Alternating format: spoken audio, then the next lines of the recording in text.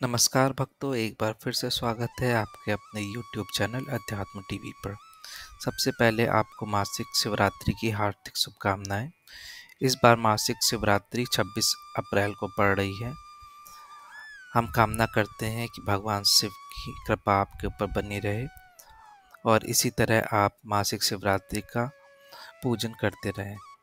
आज के वीडियो में हम मासिक शिवरात्रि की व्रत कथा का श्रवण करेंगे।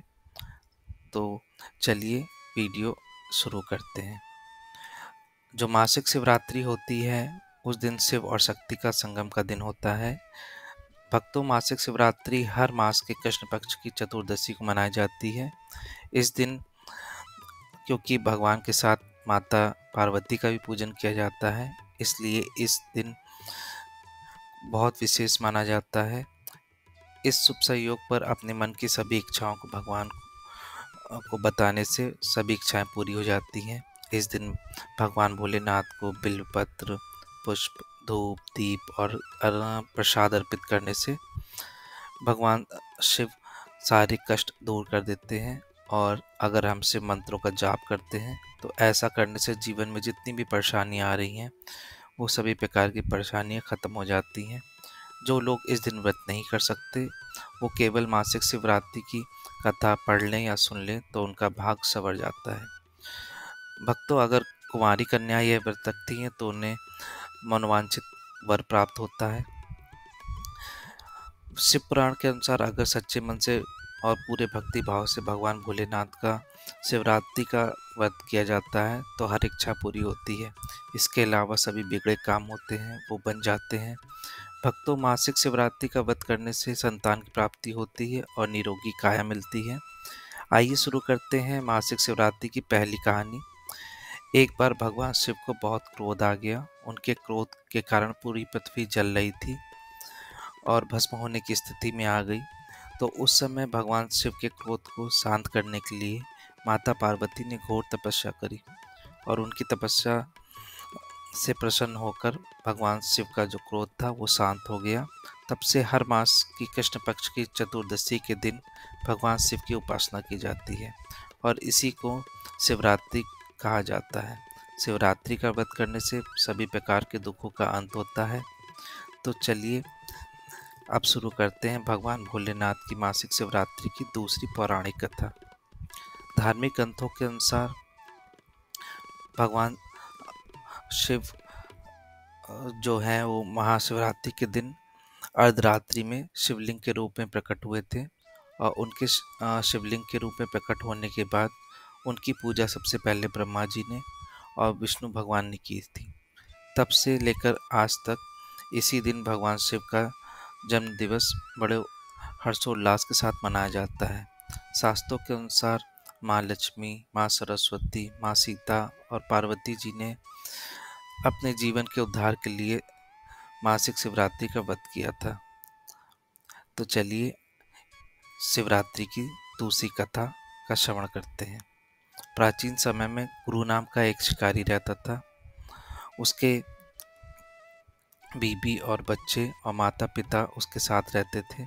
वह प्रतिदिन जंगल में जाकर के जंगली जानवरों को मारता था और नाना प्रकार की चोरियां करते हुए अपने परिवार का भरण पोषण किया करता था।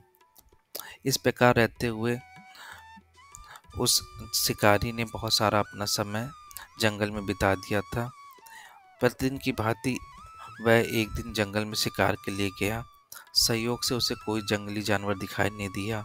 सूर्यास्त हो गया। अब वह सोचने लगा कि मैं क्या करूं। अगर ऐसी स्थिति रही तो मैं अपने परिवार को क्या खिलाऊंगा। ऐसी स्थिति बनी रही तो फिर वह जाकर के एक तालाब के पास खड़ा हो गया जहां पानी कम था। उसने सोचा कोई ना कोई जानवर जरूर आएगा पानी पीने के लिए, तो उसे मारकर मैं अपने साथ ले जाऊंगा। ऐसा सोच के वह तालाब के किनारे खड़ा हो गया। वहाँ पे एक बेल का पेड़ था। वह उस पर चढ़ गया और थोड़ा सा जल लेकर के बैठ गया और मन में केवल यही सोचने लगा कि कोई भी जानवर आएगा तो मैं उसका शिकार करूंगा और उसी का शिकार लेकर के अपने घर जाऊंगा।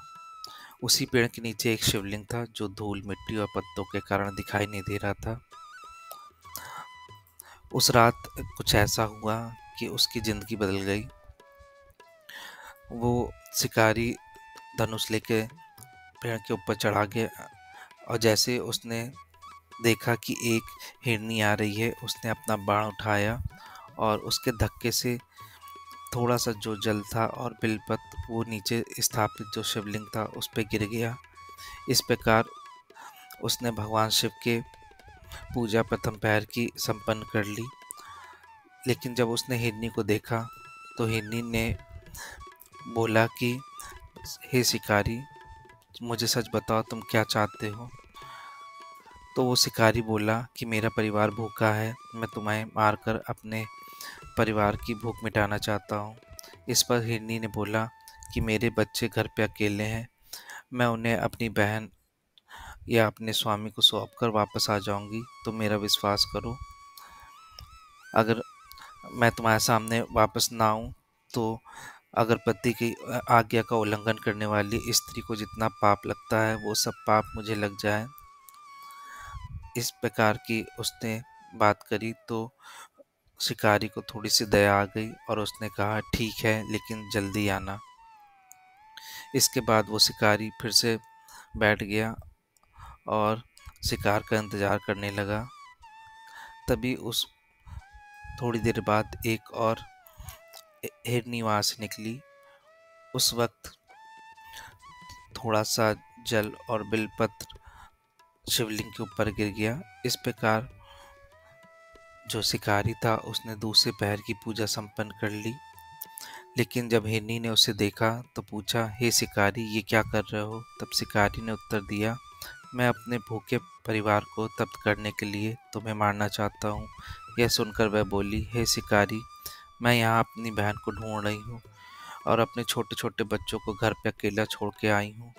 मैं एक बार वापस जाकर उन बच्चों को अपने स्वामी या अपनी बहन को सौंप आऊँ, उसके बाद मैं लौट आऊँगी। तब शिकारी बोला, अच्छा ठीक है, जाओ, लेकिन जल्दी वापस आना। तब वह वापस चली गई। तभी थोड़ी देर बाद उस तालाब के किनारे से एक हिरन निकला। हिरन को देख करके शिकारी अपना धनुष बाण लेकर के तैयार हो गया उसको मारने के लिए। तभी हिरन ने देखा और उससे कहा कि हे शिकारी, तुम क्या चाहते हो। तो शिकारी ने कहा कि मैं तुम्हारा वध करके अपने परिवार का भरण पोषण करना चाहता हूँ। इसी बीच शिकारी के हाथ से बिलपत्र और थोड़ा सा पानी शिवलिंग पर गिर गया और इस प्रकार भगवान शिव की तीसरे पहर की पूजा हो गई। लेकिन तभी उस हिरन ने कहा कि मैं अपने छोटे छोटे बच्चों को छोड़ के अकेले आया हूँ और इसकी माता को ढूंढ रहा हूँ। हे शिकारी, मुझे वापस जाने दो, मैं ज़रूर वापस आऊँगा। अगर मैं उसकी माता को और उनके बच्चों को छोड़ के मैं ज़रूर वापस आ जाऊँगा। इस पर शिकारी ने कहा, ठीक है, तुम जाओ, लेकिन वापस अवश्य आना।